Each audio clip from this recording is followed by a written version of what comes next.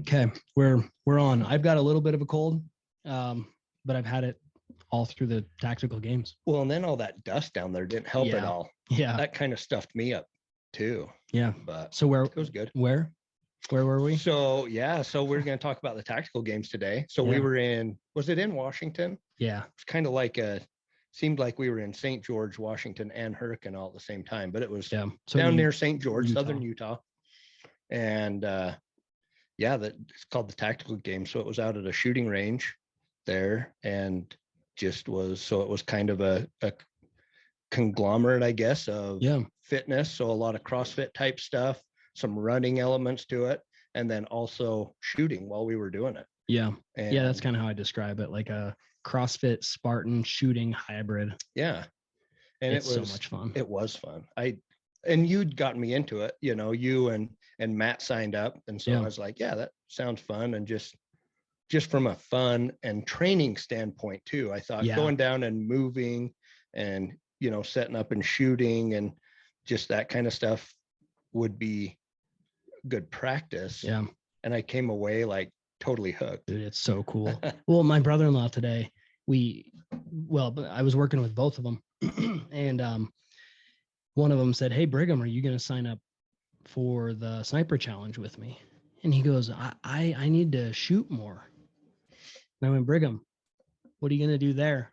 Mm-hmm. Well, I need to, you're going to shoot. Oh, okay, cool. You need to sign up. Yeah. I mean, that's one thing we need to do is just, if you want to do something, go sign up, go do it, get out, go.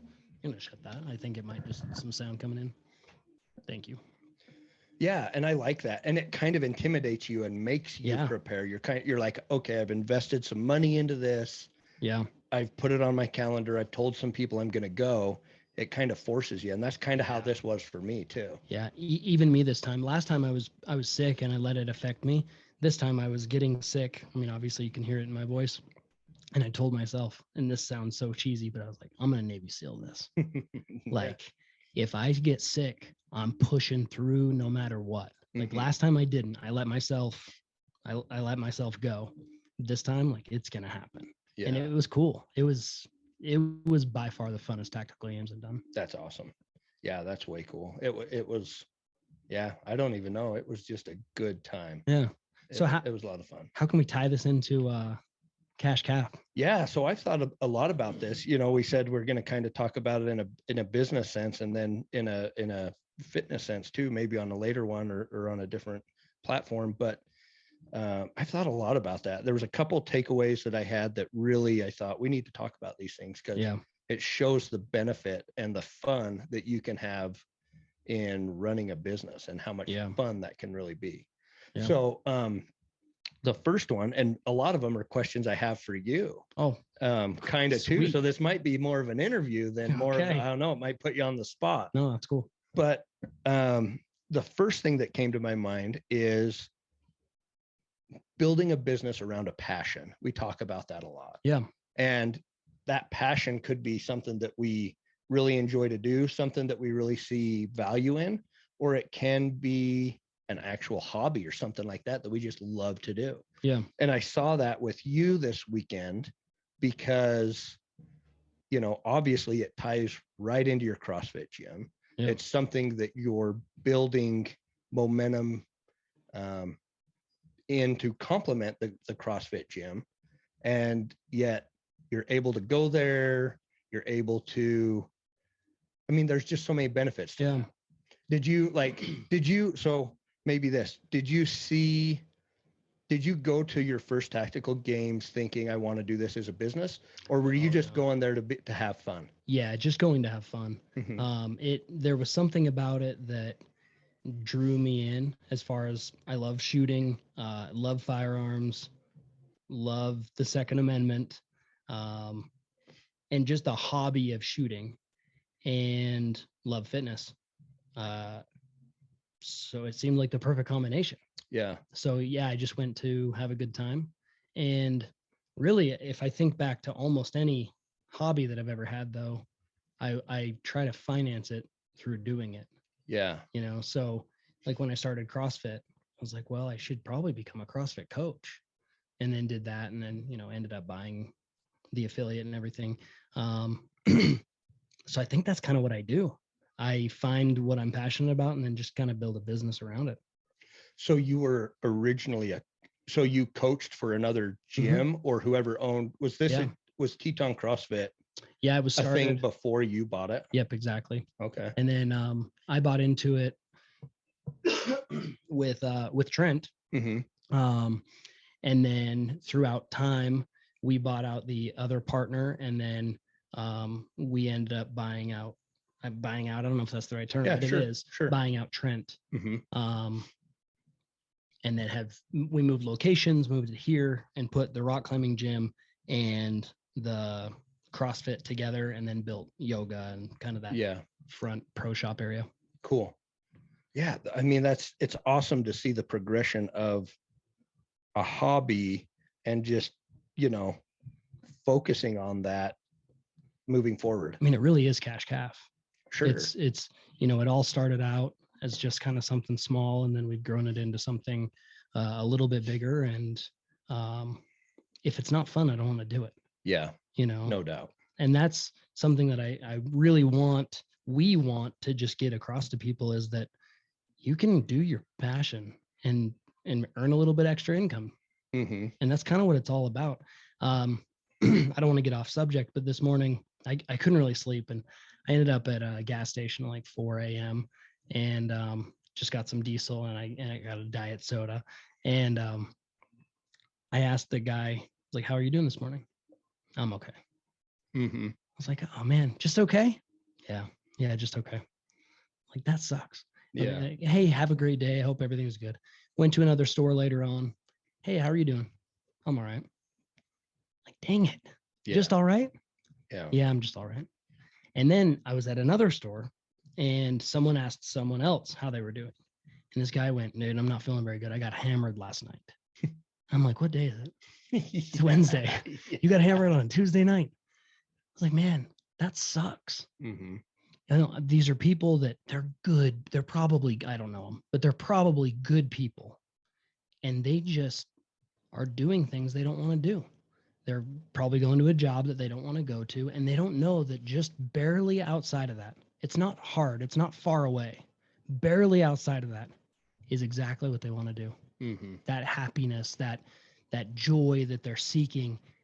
A lot of times it's just shifting your job, shifting your focus, shifting your passion. Yeah. Not shifting your passion, it's shifting towards your passion. Yeah, focusing on that. Yeah. For sure. So well, it's interesting too. Sorry, not to cut you off, but it's interesting too when you think about, I think a lot of people have the mentality that, like, well, if my hobby becomes my business or my job, then it's not fun anymore. Yeah.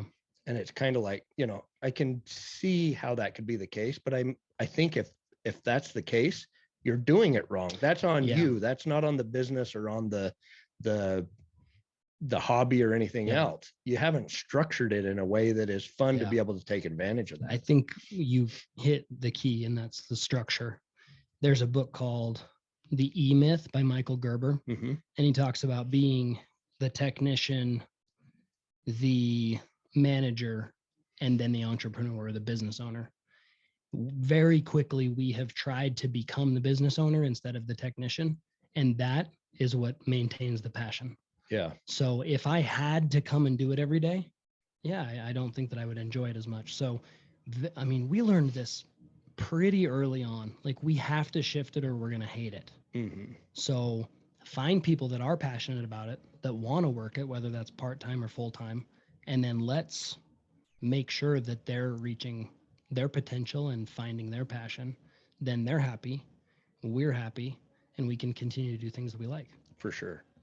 Well, and that's important. I think it's awesome that you guys recognize that early and structured in it kind of from the get-go, probably. Yeah, it was pretty early on. To have that. I see a lot of people that, just haven't done that. Like, even I think about my dad on the farm, like he was, and not that he's done it wrong or anything. He's been very successful, but I think he even maybe saw that he got to a point where he's like, I don't want to be out, know that I have to be the guy out driving the tractor every day.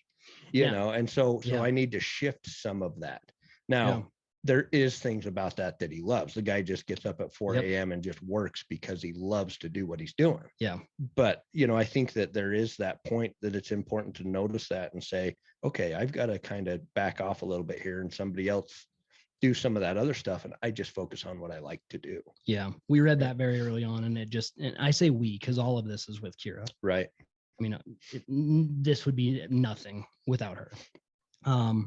She's also just so passionate about people. So it almost doesn't even matter the business. She just loves the people. Yeah. And so that's kind of cool too. I don't rock climb every day. So I wouldn't say that I'm really passionate about rock climbing, but I am very passionate about watching people have a great time. Sure. And adding value and leaving the gym going, man, that was awesome. Like, I love to kind of just blend in a little. I mean, I never tell anybody here, hey, I'm the owner. Right. I hate, like, I don't do that. Also, employees are coworkers. Like, that's just how it is. Yeah, it's just a team. Yeah, exactly.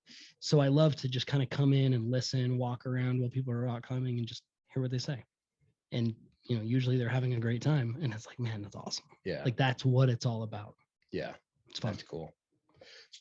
So when did you, as far as the tactical games, when did you kind of like the wheels get turned and you're like, all right, I think that this would be something that we could build into something to complement the gym or whatever? Yeah, that's a good question. Because you've been to a few of them, right? You've been to a few different ones. Yeah, I've done 3 now. So same early on in the tactical games career, let's call it. Sure. It's not a career, just a passion, just fun. I wanted to go out and shoot a bunch of steel targets.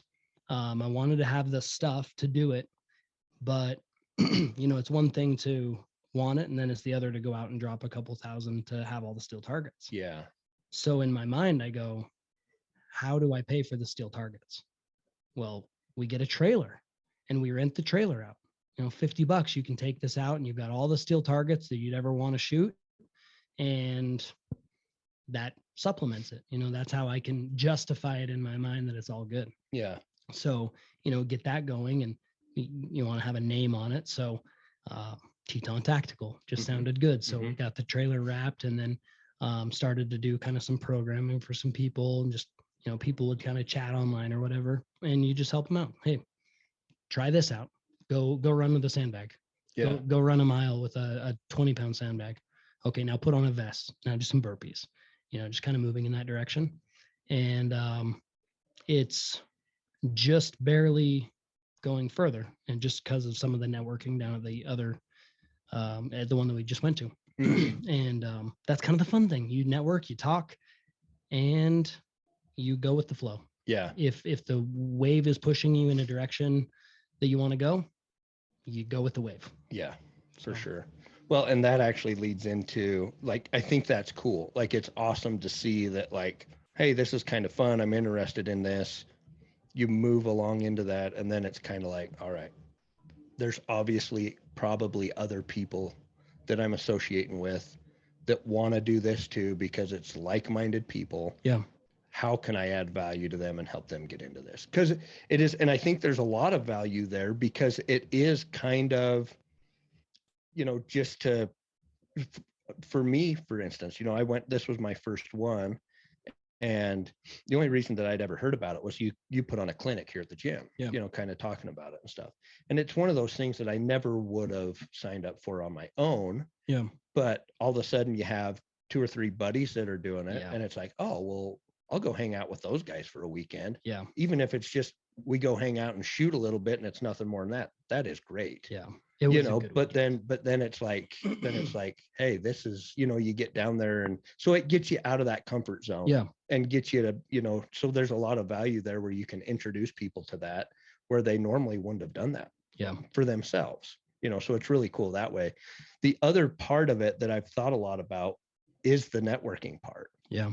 So I kind of want to talk about that, and just because it was really cool to go down and watch your people skills and your networking skills, like it's just natural for you. And you're Interesting. probably, Yeah, see, I don't even- you're probably like, dude, shut up, whatever, you know, Oh, you're good. but like, it's way cool. Like, cause I'm pretty introverted, you know, Yeah. and stuff. And I got to know some guys down there as well, and it was good, but just the way that you approach people and have a good time doing that and are easily able to start up conversations. It was really cool to go down and watch that. Oh, well, I appreciate that. And you met some way cool people out of doing that. Yeah. Yeah. There's great people down there. That's one thing. I mean, not to shift it onto other people is just what I do. My brother-in-law, he loves it. I think for the fitness and the shooting, but it's really the people. You know, he walks around and just, hey, how's it going? And he just gets to know them so well. And I mean, that's kind of the fun part. Mm-hmm. And if anyone listening is scared of like gun people, go to a tactical games. Yeah. I mean, the safest feeling place that you could be. But sorry, I'm not trying to shift. Yeah, no, Yes, and I love talking to people. And it is interesting too. I've been to, you know, different shooting events and training events and that kind of stuff. Every one of them has been probably the most positive group of people I've ever been to, you know, like show up and just say, I'm new. I've never done this before. Yep. And they'll like roll out the red carpet, like, hey, yeah, come here, I'll help you. Let's look at your gear. Yeah. You know, like they're very accommodating and really make That's you feel like you matter and like they want you there. Well, and even in this kind of rolls into the people skills thing. You know, morning briefing, which was really early. Mm-hmm. What was it, 5 or 6? I think it was 5. I think we had to, So, you know, they ask, how many new people are there here? What a great question when you kind of know that it's going to be a lot of new people. Yeah. You know, if you know that there's 1 or 2, it might make them feel kind of like, oh crap, it was like 3/4 of the people. Yeah, right up front. Brand new. And they're like, sweet, we're so glad you're here. I mean, that's really, you know, let's say you have a new business and someone walks in. Hey, have you ever been here? No, I haven't. This is my first time. Yeah. Are you serious? It's your first time? I'm so glad you're here. That's actually good point. That brings me into just thinking back to when we started the rock climbing gym. We needed every single person that walked through that gym. We had to pay rent, we had to pay the loan, we had to pay insurance. Someone would walk in, we were genuinely excited for them to be there. Yeah. Like, wow, you're here. Like we started something and you're actually here. And that was good. That was something that when we kind of stepped back and let a manager take point, we had to instill a little bit into them, like, just so you know, the customer writes your paycheck, you know, for sure. Which is a book title. I didn't come up with that. Oh, really? Yeah, it is a book title. Very true, though. Yeah. Very true. And I think a lot of business owners don't recognize that sometimes, and they don't treat their customers in that way. Yeah. Well, and unfortunately, that's the fun thing about small business. If you don't, you're done. Mm-hmm. So, I mean, that's not fun to be done. It's fun that if you're good with people, you're probably going to be okay. Successful. Sure. Yeah. Yeah. So what was some of the, like, it was so cool, like back to the networking thing. It was cool to see, like, cause you know, we'd go back, we parked some, we took some motorhomes down. And so, you know, we'd be hanging out afterwards or whatever. And you're like, you'd come back and you're like, I just met some guy that's a distributor or whatever, you know, like, and so you were able to, you know, make that that connection. Yeah. And like, it was like that all weekend long. Like you'd come back and tell us all the cool people that you'd met. And I think that's cool in a few different ways. Number one, obviously just meeting people is cool. It is fun to talk to people and learn their stories, but we are a business show. Yeah. And so kind of speak to that a little bit as far as from a business perspective. Yeah. Like that's invaluable to go down and make some of those contacts, don't you think? And network with some of those people. Totally agree that it's invaluable, but honestly, none of it was thinking business wise. Right. And I know that that's the case with you. You didn't go there to network. You went there to have fun and make friends. Yeah. But there's a lot of, lot of business that's done because you meet good people and want to do business with them or whatever. For sure. You know? And that's, I mean, we had that episode on networking and it's that, you know, you start to get to know people. If I were to write the tactical games and say, hey, I want to do, I'm just throwing it out there. This is not like a real thing, but hey, I want to do some training for you. Mm-hmm. They're like, okay, random guy. Everybody wants to do some training for us. But then if I become friends with someone who works in training at the tactical games, Mm-hmm. and you go, hey, I want to do some training. Sweet. I know who you are. I know you. Yeah. That's business in a nutshell. You know, you meet someone who knows someone who knows someone, and those connections get built, and then you add value to each other. Yeah. And I would say, you know, that adding value to each other is the most important part. We can't ever just go, how can I extract value? That doesn't Absolutely make any sense. We can't get something for nothing. So we give. Yeah, that's what I was going to say is we've talked about giving more value than we're taking. Yeah. And somehow that value will come back, but I don't care how it comes back, because I want to make sure, maybe this even like comes down to a almost like a religious thing, you know, how I was raised or whatever. Like, if I just give, then maybe in the end it's all okay. I don't know. Maybe that sounds kind of weird, but like, I want to give the benefit of the doubt. I don't want to be wrong. And if value is wrong, I don't want it to be on my end. Yeah. And we've thought that we've experienced that too. Like we've had times when we're like, we don't know what the next step is. Yeah. Like, we don't know where, you know, in starting businesses, we don't know if this is going to be successful or not. And so it's like, well, we need to give some money. Yeah. You know, like we need to help somebody out. We need to give more, which is contrary, because it's like, well, I ought to be keeping as much money as I possibly can. And it's always been magnified big time. That's over awesome. What we've done. Yeah, it is cool. I actually had a shift. You know how a lot of charities, a lot of money goes to administration. Mm-hmm. I had this little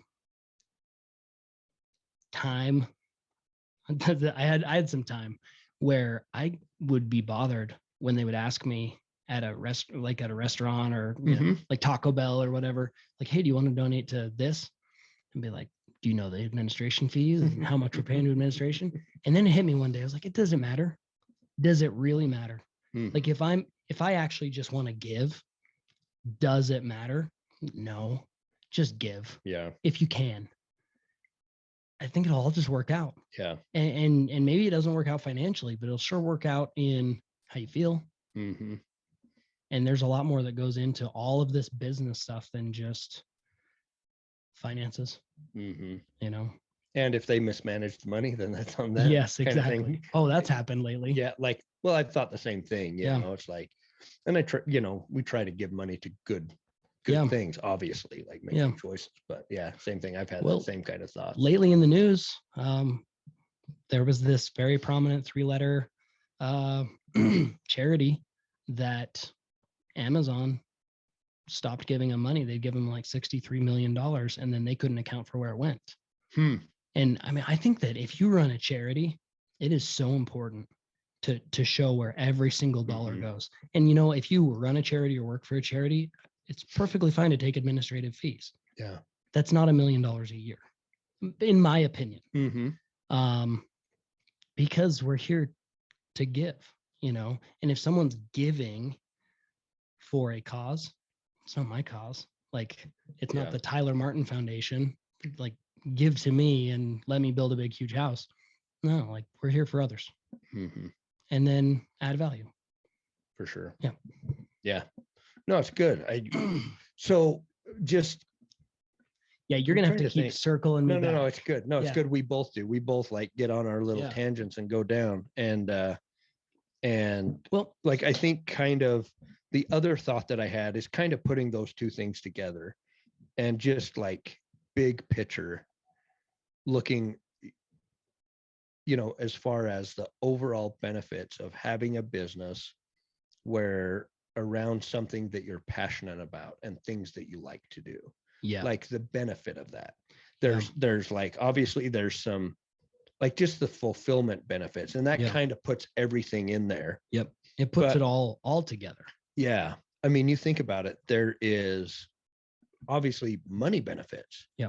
So you know, like if somebody starts a business around something that they love to do and they're going to events to network with people, you can write, that's a business expense, Absolutely. you know? And so how valuable is that to be able to be doing something that you would do anyway, or that you like to do, and being able to have that as a business Yeah. type expense, or build, you know, just, I don't know. Yeah, I guess Yeah. that's it. Well, our friend who also comes to the gym Mhm. and is our accountant and is going to do the tactical games in Oregon. Yeah. He was like, "Hey, good job on that trailer. It's a tax write-off." Yeah. You know, did I break even last year on it? No. But I had to justify it, you know, like, hey, if I'm going to go out and Mhm. buy the steel to shoot, then we need to, well, did it break even? No. And it might not, Mhm. but it's a write-off. Mhm. It's one where, you know, if I go out there and we're networking with people and we take out some friends and we're talking about the tactical games and training and all of that, it's all a write-off. Yeah. And I don't know if people understand write-offs, and I'll be honest, I don't know if I understand write-offs to a certain extent. But if it's related to your business, whether it's gas or that trailer, or it's your pickup, or it's Mhm. ammunition, there's so much. And you know, work through your accountant and work with professionals Yeah, to you know have to, what's there's a okay and what's line not. there. Yeah. Mhm. Yeah.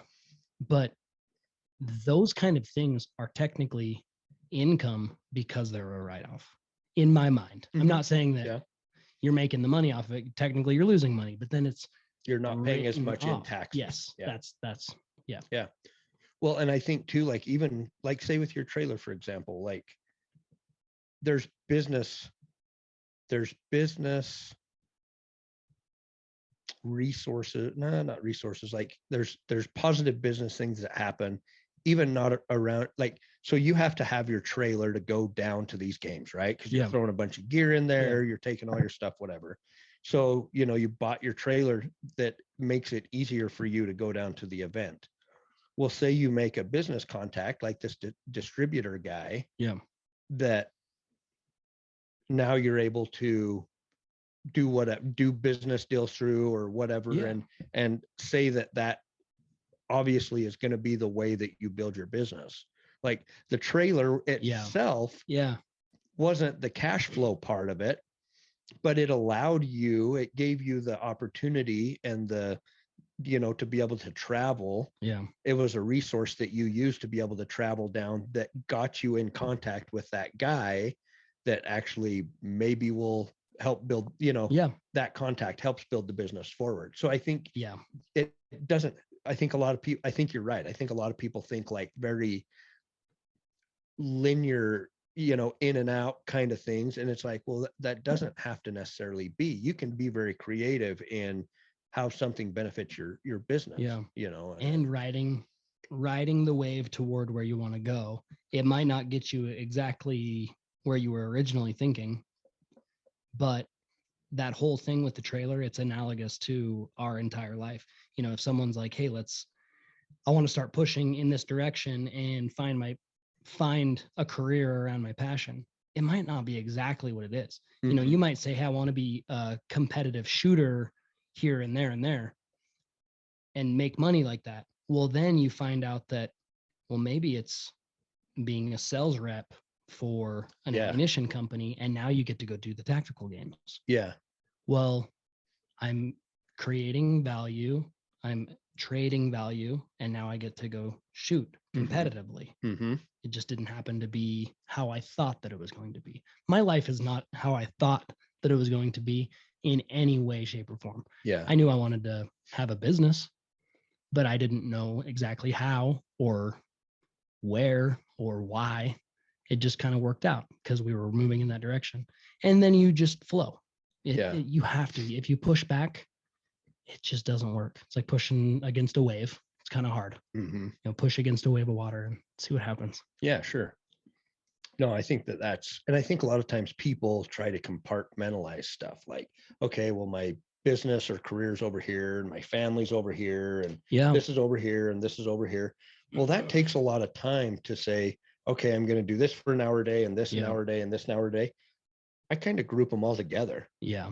Like, I'm running kids around while I'm doing business and traveling while I'm doing business. And you know what I mean? Like there's a lot of overlap there. Like Yeah, I kind of just look at everything as business, you know, like, that's cool. and not like set Yep. it on a pedestal, like, For oh, this sure. is business. No, like, no, just life is business. You know, Well, you're and how always good is that for working your to be kids? better, you know, and Yeah, you're working to increase value, you know, yep, I mean, that's all it comes down to. And so yeah, I think, I think it's a, I almost think that it's that too. There's an efficiency that comes into building a business around your passion. yeah, You know, there's efficiency in the fact that you're passionate about it. You're going to work harder at it.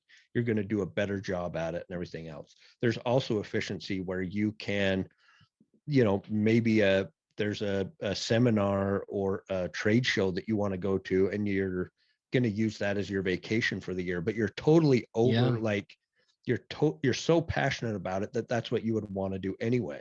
And yeah, so you're going down to this trade show to obviously network, but it's also a vacation. You know what I mean? yeah, Like there's for just a sure. lot of stuff that you can overlap, Yeah, and it just makes to me, it makes things just more efficient. You're not yeah. having to, you know, segregate time out for each individual part of your life. I don't know. For years, I've I've said, and I actually think I said it on the podcast.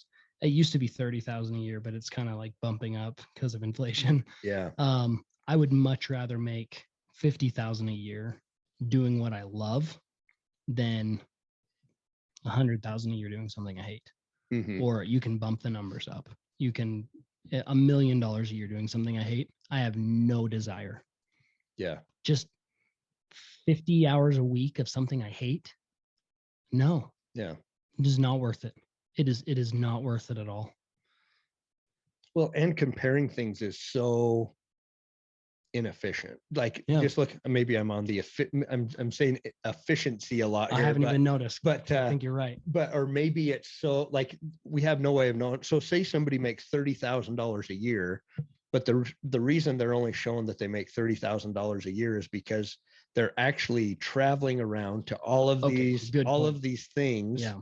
where they're competing or whatever it is. So they actually just spent the whole year traveling, but they're only showing 30,000. You know what I mean? Yeah. It's That's a so really good point. it's so convoluted that Yeah. it's hard to compare this person's 30,000 to this person's 100,000 or whatever, Yeah. you know. Yeah, I like that.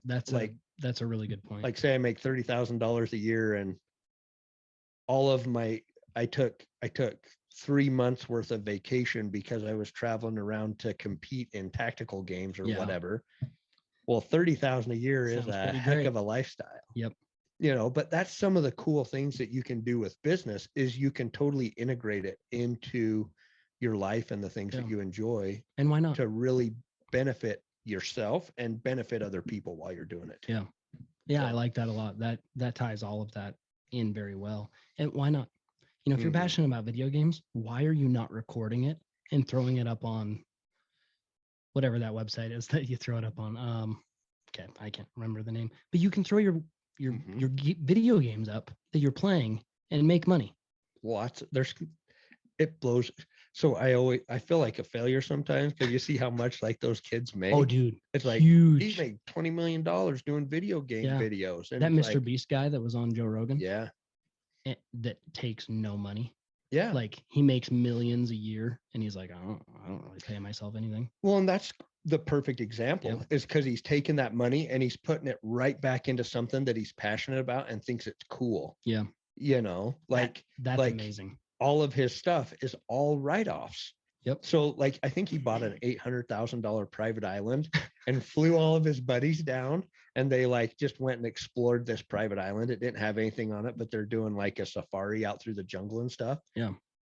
That That's awesome. island was probably a business write-off. Probably. I don't know I'm exactly sure. how that works. And But if then- you did it for a video, Yep. that's an $800,000 write-off. Yeah. You And- know that and look at- it was I think sometimes too people think that write-offs are like some loophole or something. Yes. No, it was a business expense. That's the same thing, you know. Yeah. And that's what I was just going to say. Look at the value trail there. There was obviously a country or somebody that had that land Mm-hmm. and they go, we should sell it. Okay. Well, now that value was just transferred to that individual. Now the planes to get them down there, the local food that goes into it, the local people that are going to help out, Mm-hmm. all that stuff. It's all value transfer. Yep. That's what all business is about. And I think as soon as we get away from that value transfer, that's when it becomes like, and I don't have anything against it, but like the corporations, the big bad corporation, when the passion is lost and the customer service doesn't matter and we don't care about people anymore, that's when I want nothing to do with it. Yeah. Yeah, for sure. Well, and I think a lot of people look at it the wrong way too. Like take Donald Trump, for example. Yeah. Like everybody's like, bashing on him because like the clip in the debate where she's saying that he didn't pay any taxes. Yeah. And he says, yeah, because I'm smart. Yes. Well, what does he mean by it? And she guaranteed she does the same thing, but she was trying to vilify him on the stage. Yes.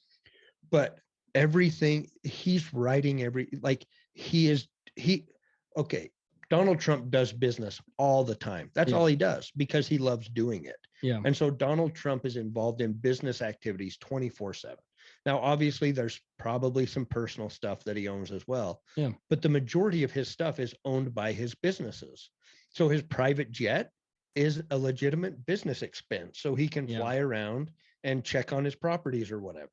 And I think a lot of people look at rich people and think, oh, well, they're just using a tax loophole to buy jets and expensive cars and everything else. No, it's a legitimate business expense that everybody can take advantage of. Yeah. Well, here's a little nugget for people.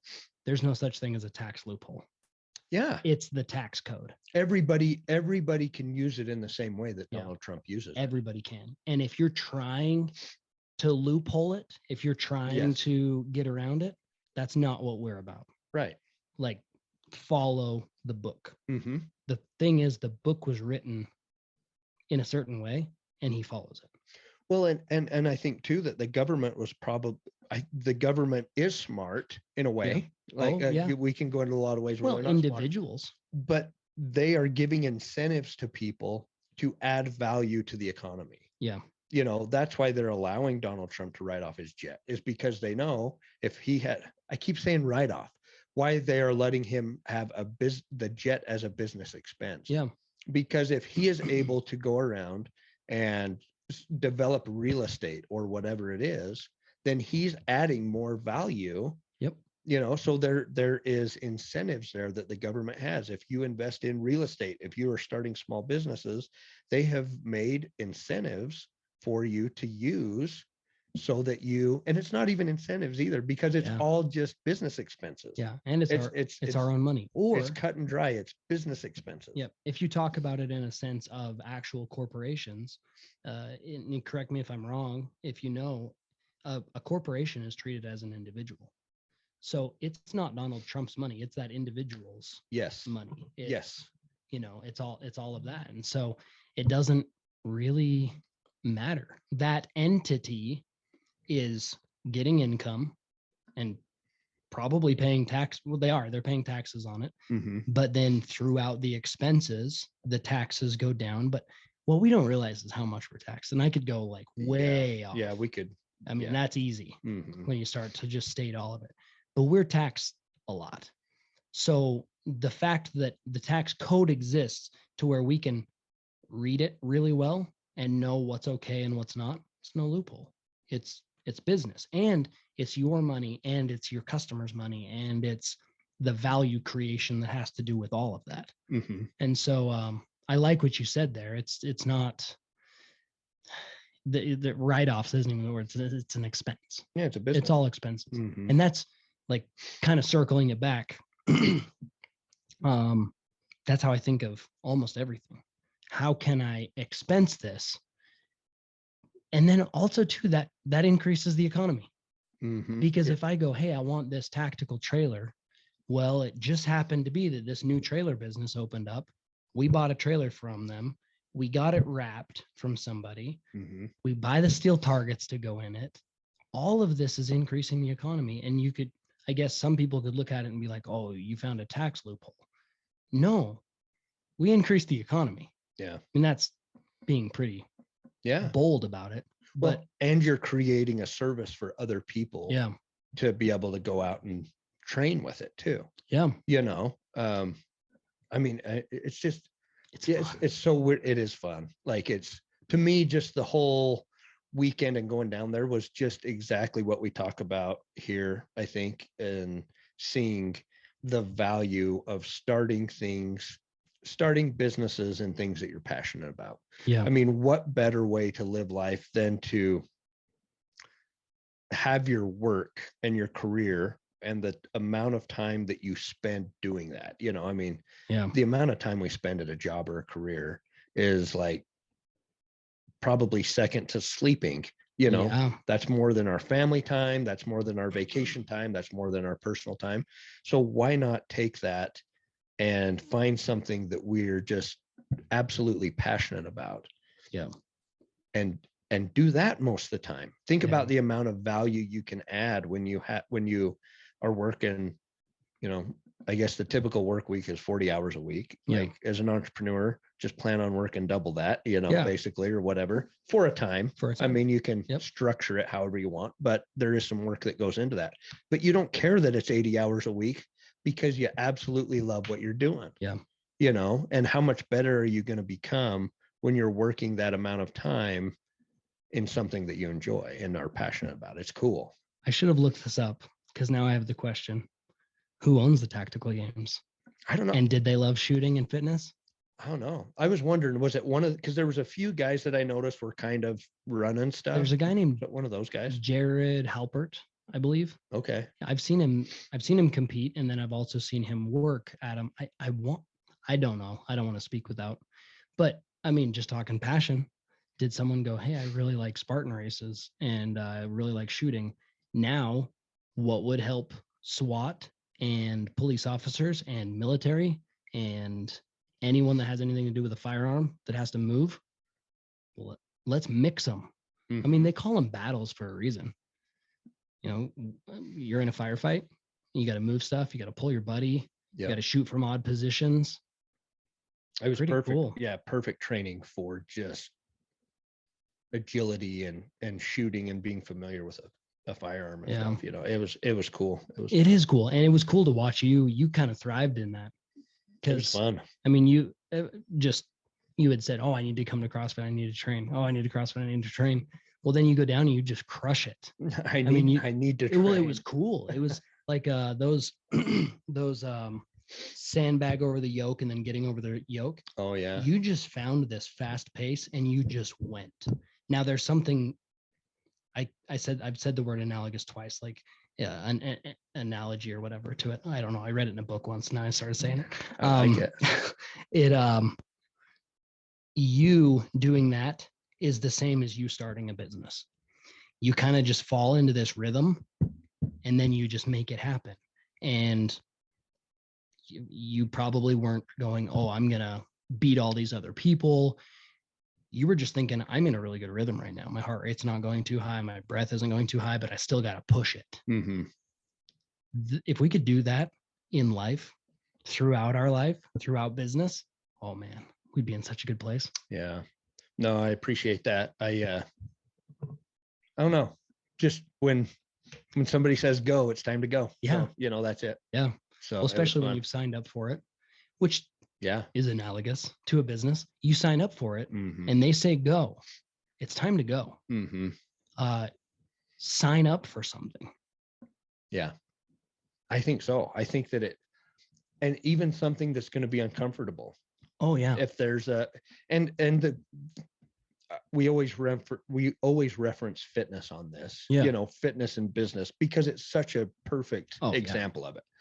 You want to get into running, but you can't run a mile right now. Sign up for a marathon in June. Yep. Well, that's too short a time frame. No, it's not. No. Sign up for it. Yeah. Put the money down. Tell your wife you're going to do it. Tell 3 buddies you're going to do it, and post it on your Facebook. Yeah.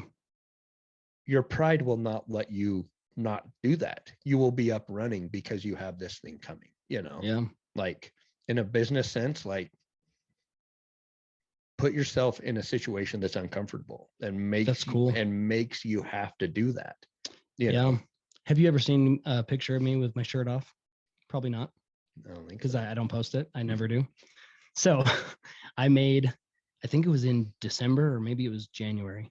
I made a Instagram account. I made it private, Mm-hmm. and it's called like Coach Tyler M 2022 Transformation. And I let 3 people follow me. That's awesome. And that was why. Mm-hmm. Because I was like, you know what? It hasn't been working for me so far, just me saying that I'm going to do it. So my wife and my brother and one other person, Mm-hmm. they see weekly pictures of me. That's a good idea. And if there is anything that motivates me, it's I don't want over that year to fizzle out. I don't want over that year to not show a transformation.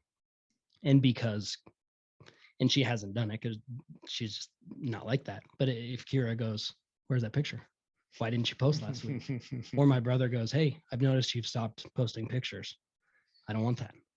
You know, and it's so I funny need that. because they would never say that. No. But we Yes. do that to ourselves. Exactly. We hold ourselves accountable to that. Yeah. And that's Yeah. great. Mm-hmm. If we can learn to hold ourselves accountable, it's way better than trying to be accountable to somebody else. Yeah. Well, and I've said before that this is good accountability for me. Yeah. So now that I said that about like the marathon and posting stuff and telling your 3 buddies, I'm like, Yeah. well, crap, what are my 3 goals? And Yeah. what am I going to now, I'm eating a little bit of crow because I need to go and do that.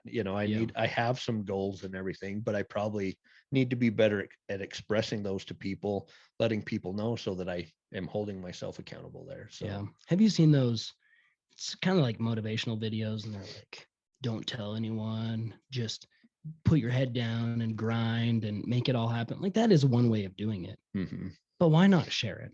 Mm-hmm. At least for me, I'm like, I don't want to grind and then find that I'm ahead of everybody else. I want to swim the wave with everybody else. Yeah. I want everybody to be successful and to find joy and happiness and fulfillment. Like that's it. Fulfillment. Yeah. If we can learn to be fulfilled, and I've had a tough time finding it. I think I'm still finding it. And I go through ups and downs, but fulfillment's what it's all about. Yeah. Like for me, it would be boring to go down to the tactical games, put my head down and grind. Now, maybe that's because I'm not a competitor, if I'm there to win it or whatever, which is awesome that people have that level of fitness. It's so cool to watch the intermediates and the tacticals and the elites that just can go. Mm-hmm. It's incredible. Mm-hmm. But I want to go talk to people and then compete a little bit. I even told myself, I was like, I'll push it, but not until the last quarter of the workout. Mm-hmm. I'm not going to push it till then because I wanted to be uncomfortable, but I didn't want it to be unbearable. Yeah. Yeah. Well, and I think for me too, I do have a few goals that I keep kind of close to the chest. Yeah. And that's okay. I think that's great, actually. But other than that, like, I think that accountability is good. Yeah. And anyway, it is. Yeah. Well, good. I mean, and I think there's some sacred goals that we don't need to share with people, mm-hmm. And just throwing out, I guess what they could be is just, you don't need to go out and be like, my goal this year is to be the best father that I can be. Like you can do that. Yeah. But also maybe being a father is something that I have my own specific goals on and I don't need to go share that. Right. But other things you can. Yeah. And that's it. I guess in saying all of this, like, putting your head down and grinding or stating your goals out, but it's very personal. Mm-hmm. Very personal what people want to do and do what makes you feel fulfilled. Yeah. Yeah, for sure. I think that's the takeaway. I think that's the moral of the story here is there's a lot of fulfillment and passion that can be had starting something around something that you enjoy doing. Yeah. Yeah. I totally agree. Yeah, I would it's cool. Challenge anybody to just see if you can add some value and trade that monetarily for something that you're passionate about. Mm-hmm. And you don't have to lose that passion. You can keep it and it can evolve. And if you do lose it, structure it differently. Absolutely. Yeah, I like that a lot. Yep. Because I think a lot of people worry about that. Structure it differently so you can do how many people want to do. How many people go, I'd start a business, but I don't want to be married to it. Yeah. Well, me either. So structure it different. Right. Yeah. Right. Yeah. Well, I don't want to work 80 hours a week. Then don't. Just know that there might be more value in adding more time in the beginning, or maybe not. I don't know. It Or depends on the business. find ways to find technology or something that helps be more efficient and not have to work 80 hours. Maybe it cuts it down to 40 or whatever. Well, and that technology, it's cool. There's lots of ways we can get around that too. Absolutely true. That technology, if I met somebody at the tactical games and then see them again in a few months or 6 months or a year, like it's cool. But what I've really liked is following on my Instagram, watching what they're doing to train. Yeah. I have a friend, Anthony, who was down there judging. You know, he got injured, and so he decided to judge, and just kind of following that, and even trying to help him out a little bit. Like, hey, you know, try this as far as the injury goes. Go see this kind of person. Blah blah blah. Mhm. It's fun. Was he the guy that always? Because you talked about somebody that always competed in pink shorts. Yeah, that's Is him. that him? Yeah. Okay. Yeah. I wondered when I saw him. I was like, I'm pretty sure that's him. But He's such a cool guy. That's awesome. Yeah, it's fun. And then just knowing people. Like if I ever go to California and, you know, near, okay, I don't really know where he lives down there, LA. Like, hey, Anthony, there's another guy. His name's Steve. On Instagram, he's like Sturvigram or something like that. And he wasn't there. And before I went down, I was like, hey, are you going? No, I'm not going to go to this one. Okay, that's cool. You okay? Like, are you going to be the next one? Sweet. Cool. You're going to be there. Let's do this. Just fun. You get to know people. You get to follow them on the internet. Like, what is this internet thing? Yeah. You know? Well, there's that community. Yeah. You know, community is so important. And we almost, with social media, we've thought that it would bring people together, and it does in some ways, but I think a lot of times I think more than anything, we're probably more isolated individually than we've ever been. And so being a part of a community where you can go and, you know, even if it's a couple times a year or whatever, there's something about being part of a community of people like that, where they know you know them, you recognize each other, you know. It's easy to start up a conversation 6 months later, and it's pretty informal. There's a lot of value to that. Yeah. You know, and just for mental health and everything else, you know, like being a part of something is good. Yeah. So yeah, I totally agree. It's cool. And I mean, why is CrossFit so popular? It actually has more to do with the community than it does with the actual workout. You know, that community is important, and it's important for our soul. Yes. Yeah, so, like more than we know. Probably more than the physical workout. Yeah. You know. Yeah. So that's cool. Well, I appreciate the questions. I usually don't think about stuff like that. So no, it was good. Like it was cool to go down and watch. It was a fun time. It was a fun time. And it was just fun to watch you, you know, kind of be in your element, networking with people and stuff like that. Like it was a good time. I appreciate you reaching out to me and getting me to sign up, because it was fun. Yeah, thank you. It was fun going down, and even hanging out with Trent. I haven't hung out with him that much in a long time. Yeah, that was just fun. My just a boys good group of are people. Like, hey, when are we gonna go hang out with Trent again? Yeah, dude, your kids, they're so cool. And Kira, she was like, oh, he brought his boys. I'm like, yeah. She's like, that's a lot of work, you know. And I was like, yeah, but. And she's like, that's amazing. Like, just so good job there. That's really cool. I don't know. But thank goodness that Trent was there, because he like made the trip for them. He loved, like, MJ was just any moment that we were not like off watching stuff, you know, and competing. He was like buddy with Trent. He's telling him jokes and he's such a good guy. I love that guy. It was fun. Cool. Well, hey, thank you for this. That was fun. It was fun to talk about. We'll do one, maybe like a crossover episode, where we do talk about kind of the the games themselves. Yeah. From like a fitness standpoint, but just a crossover episode. It's Cracking Fitness and Cash Calf, just both of them. I like that. Yeah, I want to talk to you about some of that training aspect, shooting aspect, and just, you know, I think we both kind of found some things that we want to work on and be better. So it'd be awesome to just sit here and chat about that, and kind of talk about strategy going forward and takeaways from the last one. It'd be a lot of fun. That's awesome. Okay. Well, maybe tomorrow. Yeah, let's do it tomorrow. Okay. Sounds great. All right. So we'll see you soon, man. See ya.